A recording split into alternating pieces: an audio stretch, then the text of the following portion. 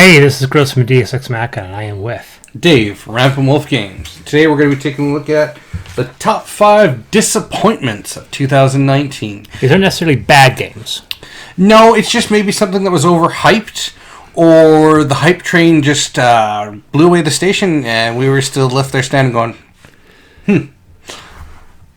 Yeah. That was pretty much for me a lot of the cases. I would have a different set of games if I was going top worst games, and I would probably have a slightly rearrangement, because I have a couple games that would be lower on this list. But yeah, mine I think are 4 of them are overhyped games, and one of them is a game that I was just like, this looked amazing on Kickstarter, and then I played it and I was just like, one of mine's a hype game. So let's go for it. Warm up. Okay. Why do we always start with paper? And why do you always do the sideways paper? Vulcan.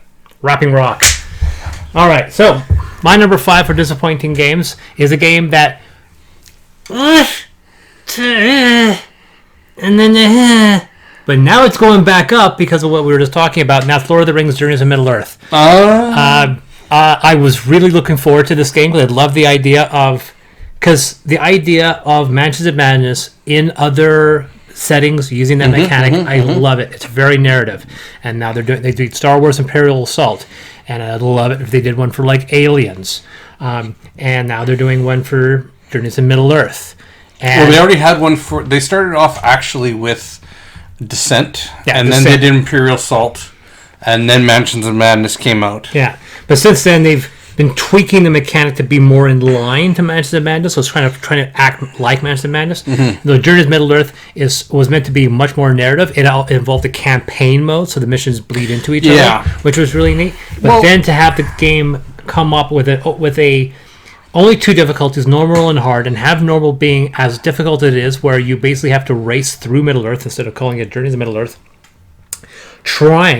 And the fact that the combat adventures, because there's combat and then there's journeys. The combat ones are walks in the park because there's no mystery to figure out. You are cleaving through an area and killing guys. And when you kill a guy, you get tokens that allow you to do things that allow you to be more successful. So the moment you start killing things, you're getting an inertia going. So if you get that inertia going, you're gonna clean house. It's like the first mission we played, we lost. Second one, we barely won. Then so we replayed it. We barely won. The second mission was a combat mission. Walked over it in one try. Third mission, journey, lost. Like, it's just such an imbalance between those varieties. Just like I said, just last week, they announced a lower difficulty, which I swear is going to 100% fix that game. But it was such a disappointment to have them come out with this and not have a modicum of foresight to realize in order to make the game more accessible, they should have a lower difficulty. So that's my number 5 pick. Lord of the Rings, Journeys of Middle Earth. I'm like I said, if I had made this list just now, it would have been kicked off. I was disappointed to see that it was. They took one of the most frustrating mechanics of Mansions of Madness and made it more. Because I enjoy the level of the looming dread in Mansions of Madness.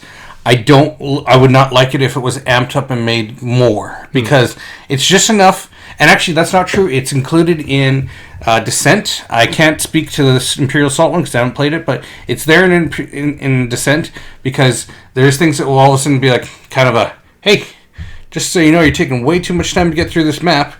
Here's a random event that's now happened. Yeah. Make a roll to see if one of your guys goes insane, type kind of thing. So there is that it's kind of that way to move your party along, dude. So I would not like it if it was more, if there was more of it, like or the turn the frequency of the windshield wipers up. No, keep it lower. Basically, is what it is. Yeah. So, yeah. All right, starting with my number 5 disappointment of 2019. I've brought this up in another list, so I will hammer on this one more time, and that is for a $102 game, Canadian. It is not fun, and if you can't win the game, there's no point in playing it. I know people say there's other ways. Well, no, because you just have to figure out the right strategy. new, that means that there's only one way to win the game, and if you don't play the game that way, then you don't win. That's not a game, that's a puzzle. Plus the fact that you also have to hope that the random number generator swings your side. Yes. I think that a game that has a lot of rolling should have a lot of ways to mitigate that rolling. Otherwise, you're just a slave to the rolls. Yeah. And that game is Reckoners. Yes. I just looked up the price point on that one. So, yes, $102. Yes. Canadian. And that's cheap right now because I think that's even on sale. So, yeah, for that much money, I was wholly underwhelmed and disappointed. I would still be interested in picking it up. It would have to come down to probably $60-$70, and I would probably homebrew it once I got it. Yeah. And the way that we accepted, like the way we would look online and find a homebrew solution that hasn't been embraced, like the way Gloomhaven, the fact that there are 2 or 3 homebrew rules that everybody uses for Gloomhaven. We would just take the consensus. Yeah. Yeah, and that would be okay. It seems like it's one of those things where it's that trope in a lot of these board games where it's like, okay, cool. We gained 1 yard on this. Oh, and the enemy just pushed us back 15. Son of a. And that's not, to me, I understand why it's like that, but the frequency that the enemy beats you down that hard, and that's the part that blows me away. It's like, I would expect that if I was taking on the bad guy, like the main bad guy, the whatever his name is, I can't remember right now. But I'd be okay if that was the boss battle. But that's his minions. Yeah. That's the problem I have. Our first game, we didn't even take out one guy. We didn't. We didn't take out one guy. We got flattened that bad. Yeah. So that's your... Number 5, The Reckoners. Number 4 for me, and talking about repeating lists, but number 4 for me is Wingspan. Okay. Now, people are going to go, oh my god, he hates Wingspan. I don't hate Wingspan. I do. He does. But I do find it disappointing considering the unbelievable hype engine ramped up. The hype train behind this game is so bad. Looking at just what the theme of the game, about education, about something that's non-violent, I can just pull up in my head games that are far superior that don't get as much attention. Evolution. There's an example right there. The hype engine for this game is so bad that when I posted something about this game that was disparaging, people missed something in my post that was supposed to be a joke and an allusion to Monty Python. Because in it I said, dude, the community is like, they're never going to catch a Monty Python. And I said, I don't care if your fully laden swallow has a faster average wind speed. I freaking put that in the post. Your audience is like 20 people who are 25 and below. They're not going to catch an unweighted swallow joke. Oh, it was just like, boom. It fell flat so bad. And finally I just said, how come nobody's commented on that? And someone's just like, yeah, points for that. I'm just like, seriously? You know, in my review for Kepler 3042, this is actually it's called Kepler 3042, but in my video review, I know you kept changing. I kept on changing it to 2510, 3510, and 2525 and 35. It's an allusion to a very classic song from the early 60s, a one-hit wonder from the 60s, in the year 2525, right? And I did that for the full video, and one guy's like, I caught what you did there. I'm like, thank you. One guy got it. Because everyone's like, you keep on naming the name wrong. One guy's like, no, I know what you're doing. You're doing the lyrics from the song in the year 7510. And I do them in sequence.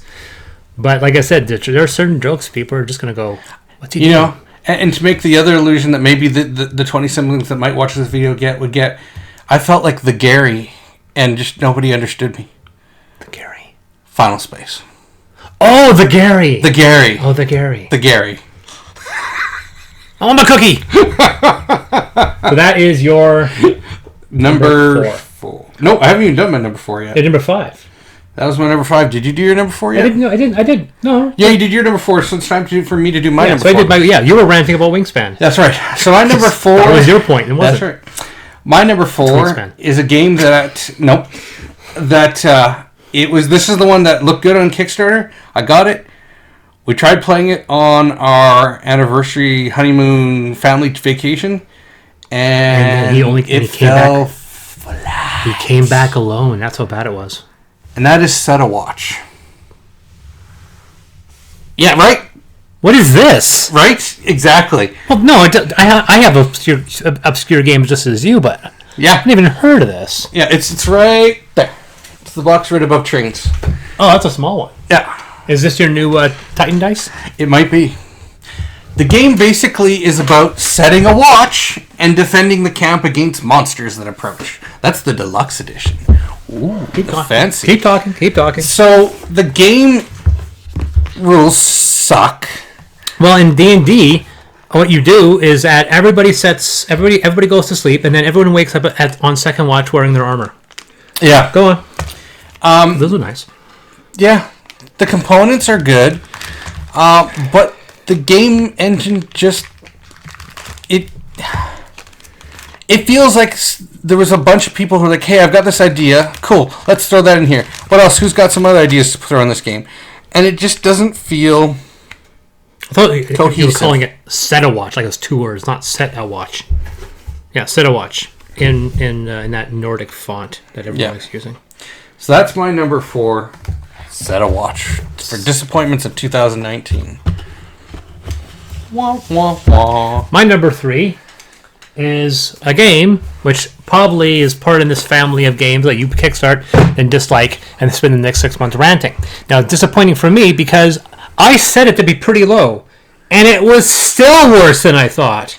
And that was Master of the Galaxy. Oh my god. Now, I was right. I was all for defending this. You were hating on it so much that you gave the game to me. Yes. And I went and I played it with Nicole. And then we stared at it. And then she stared at it. And I didn't want to say anything. I just smiled. I didn't want to corrupt her opinion. And then we played the first few rounds. And she's like, wait, what? I'm like, no, that's the rule. We're playing that right. She's like, no, we're not. I'm like, yes, that is exactly the rule. I double checked it. And she was just staring at it like, that's dumb. And I was like, we'll play it. And we played it completely straight, fair, all the way through. And she's like, that is really bad. I was like, yeah, it's intrinsically flawed on the base level. Oh, yeah? And so we played it again. I said, let's do a couple little minor tweaks based off of some of my instincts and some things I saw on the internet. Played it again. Infinitely better.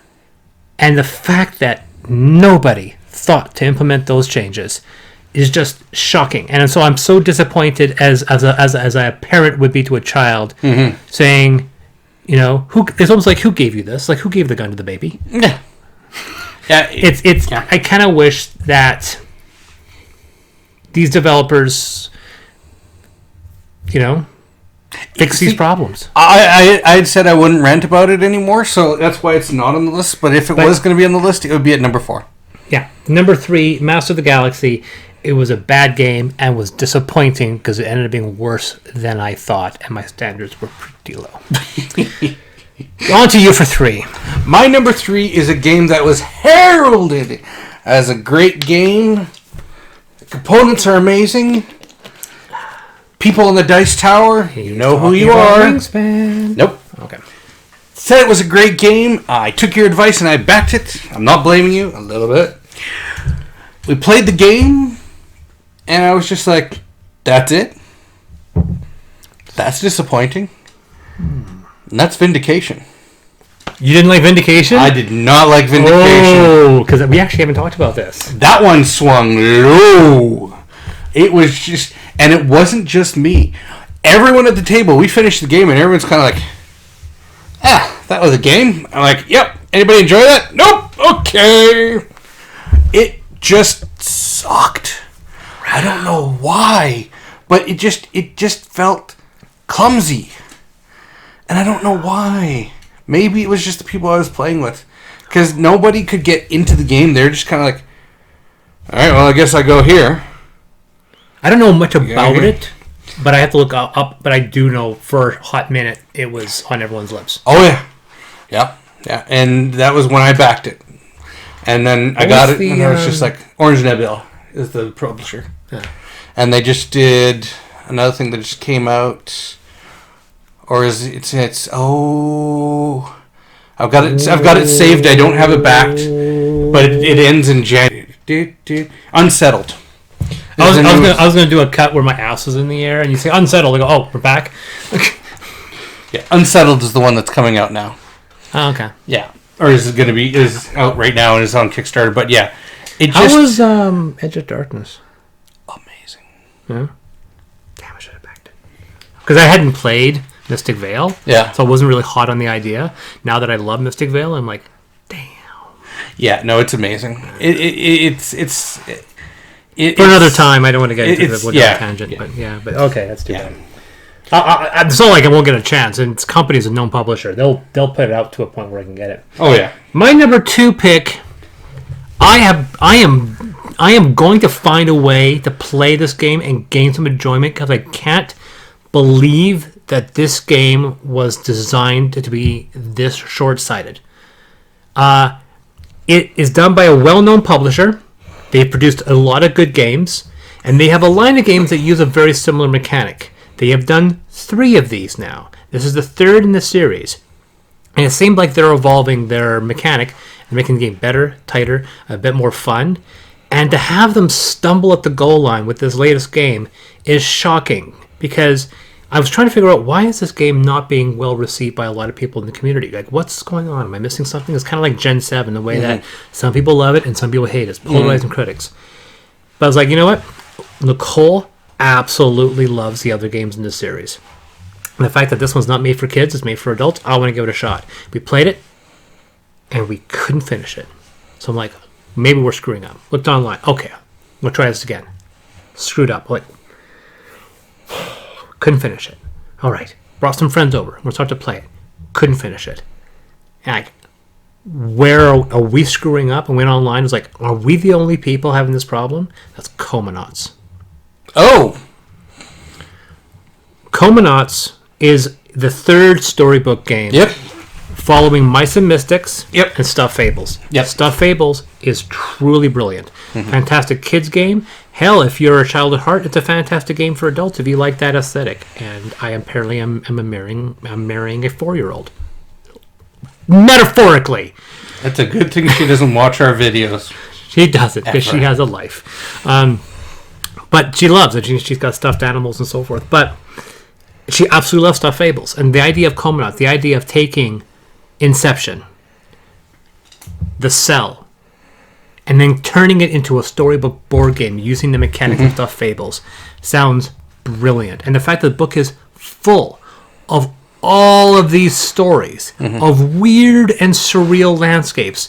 One where your characters are face down in a Metroidvania style adventure. Ones where you're going through vortices, and sometimes where reality itself is breaking apart. You're assuming characters that fall into these things, but you can control that character in another reality, and suddenly they can get attacked because they're standing out. The artifacts of the actual people in the dream world are looking at you and going, well, you're a robot in the Old West. You don't belong, and they attack you. But me assuming an avatar of somebody in that world makes perfect sense. And you're pulling those dice out. And the dice, when you pull out of Stuffed Fables, just seems to make more sense because Stuffed Fables is much more loose. But he decided to jack up, not the difficulty, but the complexity. So that every single area you go into has got some weird new mechanic that's unique, which is all nice and dandy. The problem is that the game takes 5 hours to finish. Per session, per level. If you want to do a game, of Comanauts, like it just the level or the entire from start to finish? No, not to start to finish. Oh my god, start to finish, it would take you 50 hours. If you had to do one adventure, like set up to play the game to say, we won the game, is going to take you in excess of 4 to 4.5 hours. So in Stuffed Fables, you have an adventure, and you go through 2 or 3 map pages, and then you complete that adventure, and then you're done. And that takes about 48 minutes. Stuffed Fables has that. And then that is one part of a 5-act structure in each time you play. So take that 48 minutes and multiply it by 5. We started playing the game at 8 o'clock. By 11:30, we had wrapped the first zone. We hadn't even solved the primary... We haven't revealed the primary id. You're supposed to bounce between zones to reveal the primary id. Then if you defeat that primary id, you win the game. You do that by defeating the smaller ids and then moving from landscape to landscape, eventually isolating who the primary id is, go to that location and defeat it. Which means you have to defeat 4 mini-bosses. We finished the game, we finished a mini-boss. Yeah. And then we looked at our watches and realized, that's crazy. That took 2.5 hours. Why is it taking us that long? And we played it before, and we didn't realize that we had to solve the story and then move to a new location. So we were bouncing between locations without resolving anything. Mm-hmm. We did that for 3 hours. And they're like, are we any closer to winning? And then we looked down and said, no, because we haven't revealed any of the bad guys. So like, obviously we screwed up. We'll try it again. Try it again. We're like, 2.5 hours. Oh, like, I'm tired. And then we played it again with 4 people, and we couldn't finish it. And we're like, the game isn't hard. It's not a difficult game. It's just incredibly time-consuming. This shouldn't be the same length as Gloomhaven. It should be a nice storybook story. You should be able to resolve it in 2.5 hours, not 5.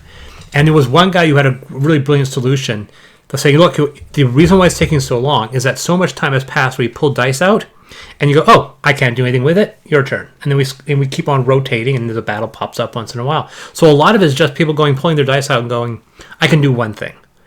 And he said, look, pull out all the multicolored dice out, all of it, and keep just the escalation and the inner child. Dump in a bunch of single solid dice. Pull out those dice. Just do whatever action you want.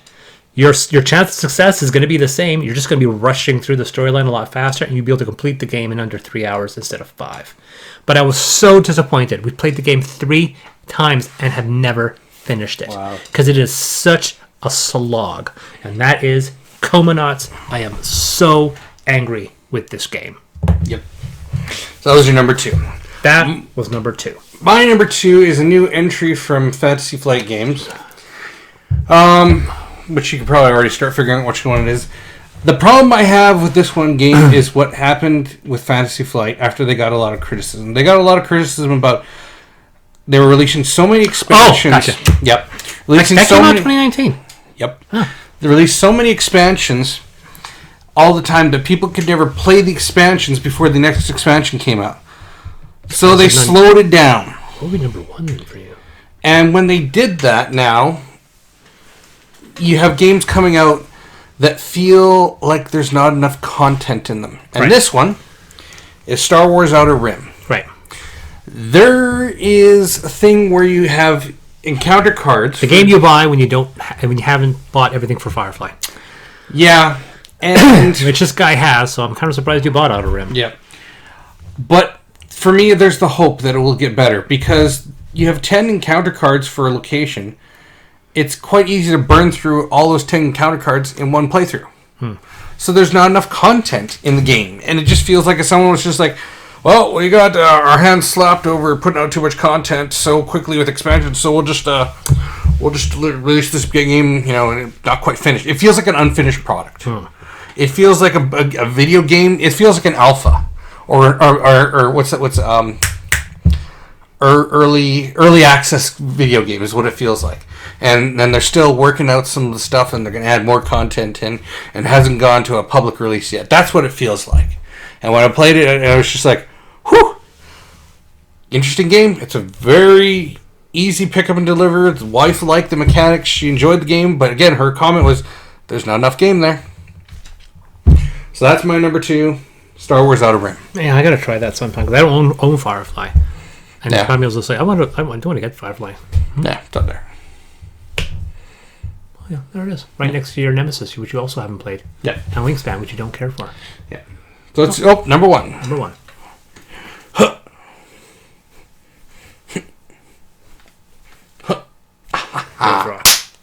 All right, my number 1. Minutes, so who cares? Is what? It's like we didn't do it for 3 minutes, so. Yes.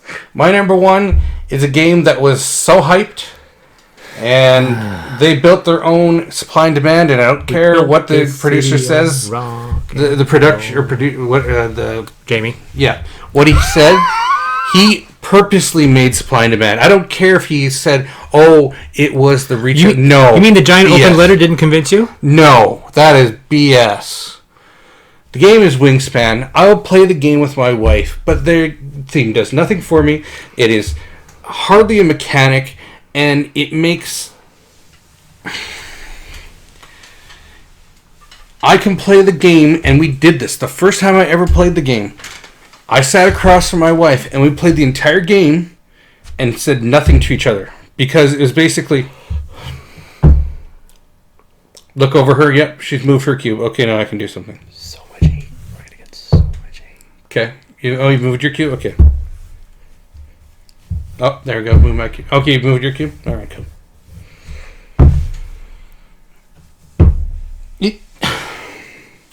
I don't get it. My issue is it's too short. I had no problem with interaction. I think it's too short. But there's a way around that. If you're playing with less than maximum player count, which you shouldn't play anyway, but just add an extra cube for each player, and the game gets a bit longer. It's not so much bad. So not so bad. Yeah, and I don't know. For me, the game just for what it was hyped as the end all, be all, best game of 2019. It is not. It is a good game. People can enjoy it, absolutely. But it does not deserve the number one spot. I'm sorry. There are so much better games that came out in 2019. And we'll talk about those. My number one pick is not Wingspan, because Wingspan was my number 4. Yes. Obviously, I was this way. I was expecting a 10. It came out to an 8. It just happens to fall in that category. My number 1 is a one that really angered me for reasons we talked about in our previous list, and that is Ocean Crisis. It is a nice, family-orientated, educational game where you're trying to clean up the oceans. You're trying to educate families about desires. It is almost Greta Thunberg the game. And I actually happen to be a supporter of Greta. But here's the thing. They made this game so difficult. On the base difficulty, we lost, and lost badly. It's got a handful of mechanics. One which is really complex, and one that's supremely easy. Like, that's definitely a childlike mechanic. You have this wheel spinning around, and you're trying to take things off the wheel, because once it reaches a certain point, it becomes intractable. And you get too much of this bad garbage, you lose the game. And you're trying to get these off because you're rolling a die, and that die tells you how much this is advancing. So if you mitigate this stuff right at the edge, hopefully it won't go off the edge. You'll be fine. One problem. The maximum you can clear off is 3 or 4 spots. Mm-hmm. The die goes to like 5 or 6. Which means you can do everything right and still lose. That's just life. I know that's life, but that's not how you play a game with children. And when I went online to say, guys, if you made the die a 1, 2, 3 mechanic, it becomes way easier for families and it's enjoyable instead of doing everything right and still losing because the die roll was too high. And they had the most patronizing response I've ever seen from a game manufacturer, claiming that A, they've had thousands of playtesting, and if someone says thousands of playtesting, they are lying, because no game gets playtested 1,000 times. No game gets playtested 1,000 times. I was a playtester on D&D, and I can guarantee you, they did not have thousands of playtests when they published their game. And it was clear that game was half-cocked. It was half-cooked. And, I was disappointed in the fact that despite its amazing production value, it delivered really fast. And the reason why it delivered really fast, because it was actually a Chinese game that was translated and imported. And I have a tendency of my history with games that are just direct and translated. They seem to be very much a mixed bag. Mm-hmm. There seems to be there's a desire to just translate the game and not push it through a filter that goes, okay, are we going to make some changes before this game reaches production? And this game obviously didn't, and it was really annoying because there's an easy way to fix that game. Same with Master Commander. Master Commander, one fix away and making it good. And Ocean Crisis is one fix away from making it good, and the fact that they didn't have the foresight to do it is really annoying. That's my number 1, Ocean Crisis. But you realize Greta wouldn't be happy about you having board games, right? Because of all the plastic and cardboard that is involved, right? Frankly, I think she'd be more angry at my car. But I'll likely my plan, my way of contributing back to the environment is to make sure that I'm trying to have 1 tank of gas per month, which is really difficult in my town, our hometown. It's really difficult to do that. But that's my number 1 pick, Ocean Crisis. All right, so starting with my number 5 for disappointments was The Reckoners. It's okay. Number 4 was Set a Watch. Said what? Set a watch. Number 3 was Vindication. Too hyped. Number 2, Star Wars Outer Rim. Not a finished product. And number 1, Wingspan. Overhyped, but I will play it. So much hate. My number 5 is Lord of the Rings. It's a 9. It could have been a 9, but it's an 8. I think I actually gave it a higher score, but I think I was too generous. Number 4 is Wingspan. Once again, pretty close to being good. Master of the Galaxy. That was a bad game, and it was worse. Number 2 is Comanauts. That probably should go into number 1. Because Ocean Crisis got me angry, Comanauts literally got me disappointed. That is the most disappointing. Mm-hmm. Because it fell the most from what I expected the game to be to what it ended up being. But number 1 is Ocean Crisis. But in retrospect, I should have flipped those.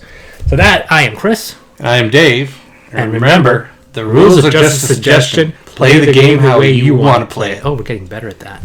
Pow.